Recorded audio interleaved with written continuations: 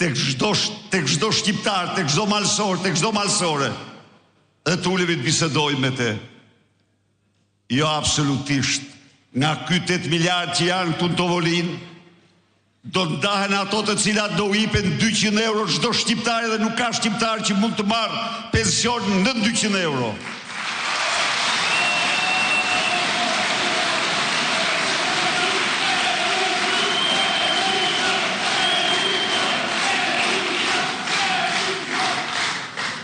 Nuk janë shumë, jo absolutisht.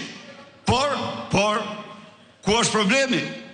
Problemi është se 57% e pensionistëve në Shqipëri marrin një rrogë, marrin një pension nga 67 euro që tha zotëria Mram, maksimumi 172 euro, 168 euro.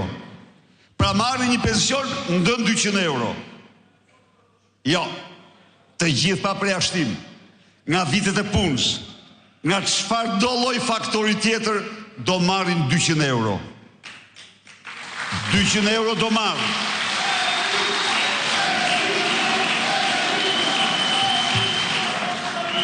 $200 euro do marrin. 200 euro do marrin. Çdo i pa punë, çdo person në ndihmë ekonomike. Dhe jo vetëm kaq. Se cili prej tyre do ketë kartën e konsumatorit. Çfarë është ajo? Ajo, të gjitha mallat që blenin dyqane për ushqime dhe gjërat bazë, do t'i blini më lirë se të tjerët. Po, 20% më lirë. Të vëshën dhe u kthejnë. Dhe do merrni, të nderuar, do merrni 450 euro në vit sipas llogaritive sotme, dhe sa të shkojnë për ushqimet pa TVSH. Jo vetëm këto. Jo. Ilaçet, e kam thënë dhe e them, në mënyrë absolute, Shqipëria do ketë listën e rimbursimit të plot të ilaçeve që ka Republika Italiane.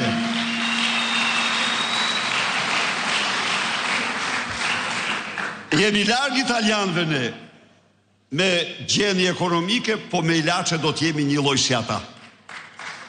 Një lloj si ata. E kemi këtë mundësi. E kemi këtë mundësi. Pa diskutim. Edhe ne do ta bëjmë.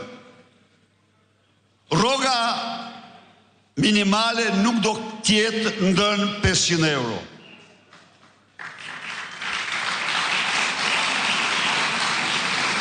Me çdo biznismen i them, nuk duhet të zemrohesh. Duhet të tregosh mirëkuptim të plot, sepse ne do t'ulim taksat dhe barat tjera fiskale dhe të garantoj që do kesh sukses më të madh. Por, ne nuk mund të pranojmë që shqiptarët të trajtohen me një rrogë me të cilën së mbyllin do të muajnë as 15 ditëshin. Jo. Do trajtohen me një rrogë që të mund të përballojnë jetën, kurse ty si biznesmen, ne do të ulim taksat, do të ulim çmimin e energjisë nga 18 lekë në 6 lekë.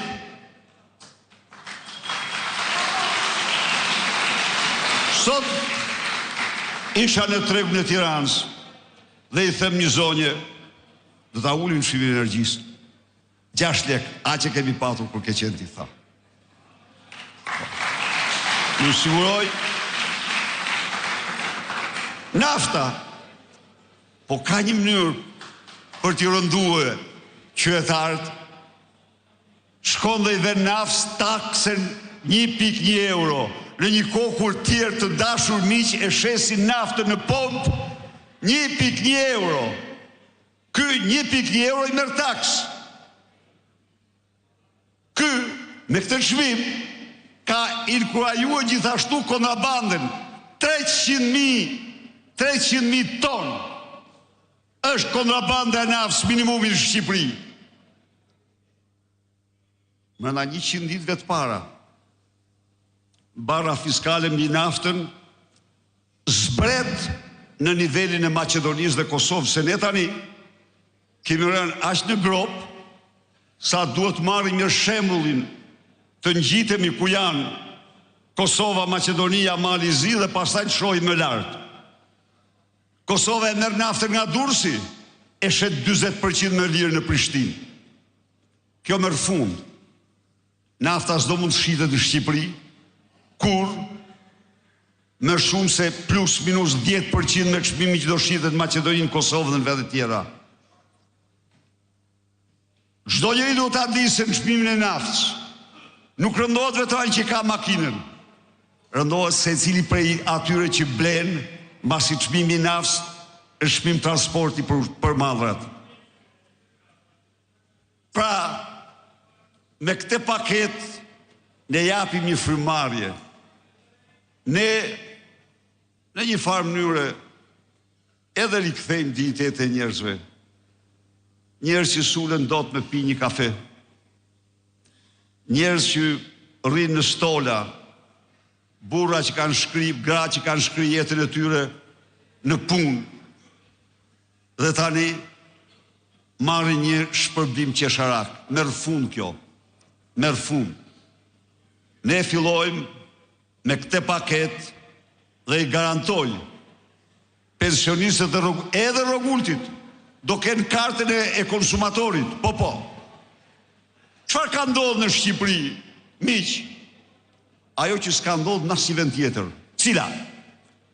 Rrogat minimale kanë mbetur minimale, rrogat maksimale janë bërë stër maksimale. Nuk ka vend demokratik që e bën këtë. Mendësi staliniste. Në diktatura ndodhte kjo. Kryetari i presidiumit mirë të 32.000 lekë,